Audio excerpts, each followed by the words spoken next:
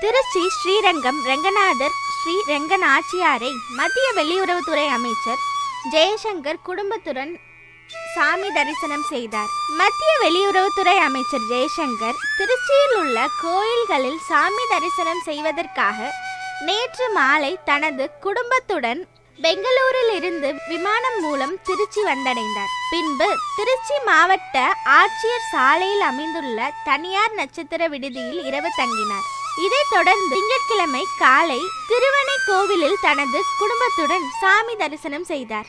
பின்னர் ஸ்ரீரங்கம் அரங்கநாதர் கோயிலில் குடும்பத்துடன் சாமி தரிசனம் செய்ய வந்த அமைச்சர் ஜெய்சங்கருக்கு கோயில் இணை ஆணையர் சிவராம்குமார், தலைமை அர்ச்சகர் சுந்தர் பட்டர் உள்ளிட்டோர் மரியாதை அளித்தனர்.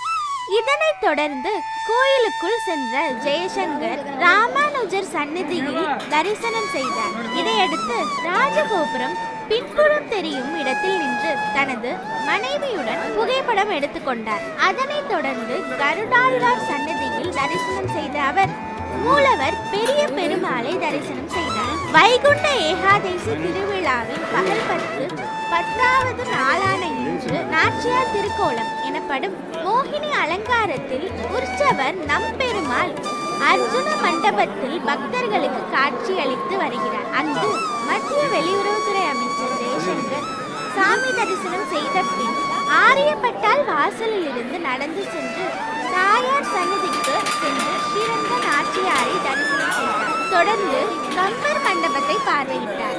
ஸ்ரீரங்க ரங்கநாதர் திருக்கோயிலின் வரலாற்று சிறப்புகள் மற்றும் வைகுண்ட ஏகாதசி திருவிழாவின் முக்கியத்துவம் குறித்து தலைமை பட்டர் சுந்தர் எடுத்துரைத்தார். வைகுண்ட ஏகாதசி திருவிழாவையொட்டி அதிகாலையிலிருந்தே ஏராளமான பக்தர்கள் நீண்ட வரிசையில் நின்று இன்று தரிசனம் செய்து வருகிறார்கள். இந்நிலையில் எந்தவித அசம்பாவித சம்பவங்களும் ஏற்படாமல் இருப்பதற்காக கோயில் வளாகம் முழுவதும் 3000த்திற்கும் மேற்பட்ட போலீசார் பாதுகாப்பு பணியில் ஈடுபட்டு வருகிறார்கள். மத்திய அமைச்சர் வருகையொட்டி மாவட்ட ஆட்சியர் சாலையில் இருந்து திருவானைக்காவல் ஸ்ரீரங்கம் முழுவதும் சாலை பாதுகாப்பு பணியில் போலீசார் ஈடுபட்டு உள்ளனர்.